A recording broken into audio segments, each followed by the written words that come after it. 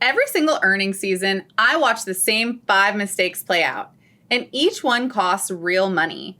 As the VP of Options at Simpler Trading and a regular Fox business contributor, I've traded pre-earnings momentum moves and made earnings calls for years, and I can tell you exactly what I see quarter over quarter. If you've ever bought an option before earnings, watched the stock move exactly where you expected, and still lost money, that's not bad luck.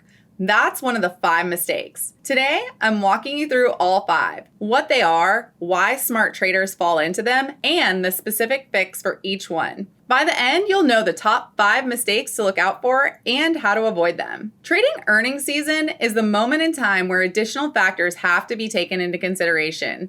The normal stuff, the trend, support, resistance, identifying squeezes still matter. But there's a whole second dimension that most traders ignore until it bites them.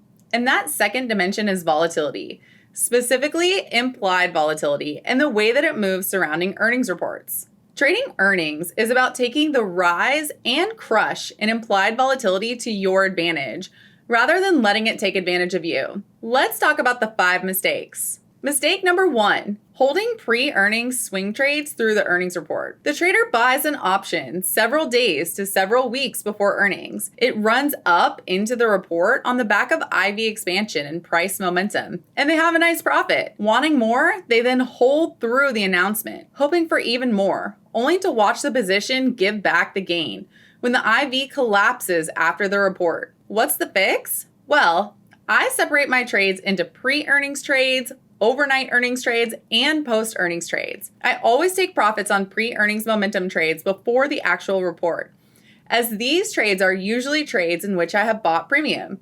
I don't want IV crush to get me. If I want to trade the report, I'll place a separate trade that capitalizes on IV crush.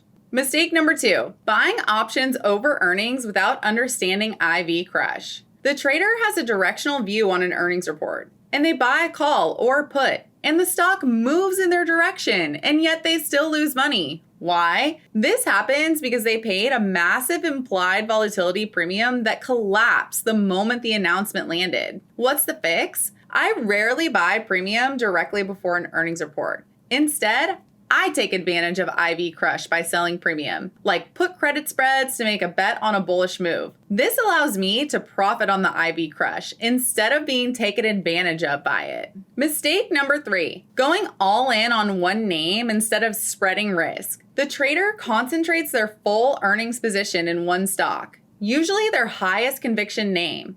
When the report causes the stock to move in the opposite direction, they had all their eggs in one basket and end up with a loss. What's the fix? It's important to understand that earnings is a binary event, and even if you're right about the company beating or missing estimates, the stock could move in the opposite direction due to another factor, like guidance or a company executive leaving, or something completely unrelated. It's important to size accordingly and spread risk among different tickers without risking it all in one name. Mistake number 4, not considering 2 to 3x moves. The trader has a bullish or bearish thesis, places the trade targeting a specific price, but doesn't consider that the stock could move substantially outside of the expected range. What's the fix?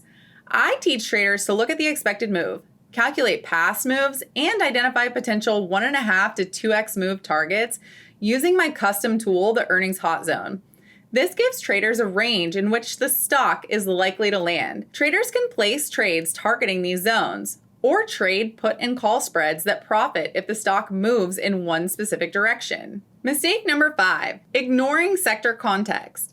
How one company's report affects your other positions. The trader focuses entirely on the individual stock they're trading for earnings and ignores the ripple effect that the company's report will have on the broader sector. Perhaps they're long consumer discretionary stocks for pre-earnings momentum runs, and then Amazon reports a big loss. This can impact the whole sector and bring down their pre-earnings momentum trades. What's the fix? Keep an eye on your earnings calendar. In fact, you can check out my free earnings calendar at optionsearnings.com to be aware of what other companies are reporting around the same time. If I know a major name is reporting and I have a bunch of pre-earnings momentum trades on, I generally err on the side of caution and take my profits before it happens. This can also have a positive impact. For example, if Nvidia reports well and it does phenomenally, it can boost bullish sentiment in Broadcom. I've been trading earnings season for a long time. If you want to take advantage of earnings season opportunities rather than have it take advantage of you, sign up for my free newsletter at www.5startrader.com or check out my free earnings tool at optionsearnings.com. You can find me in the Mastering the Trade room at Simpler Trading or on social media at Trader Danielle, especially on X. Thanks for watching and have a great day.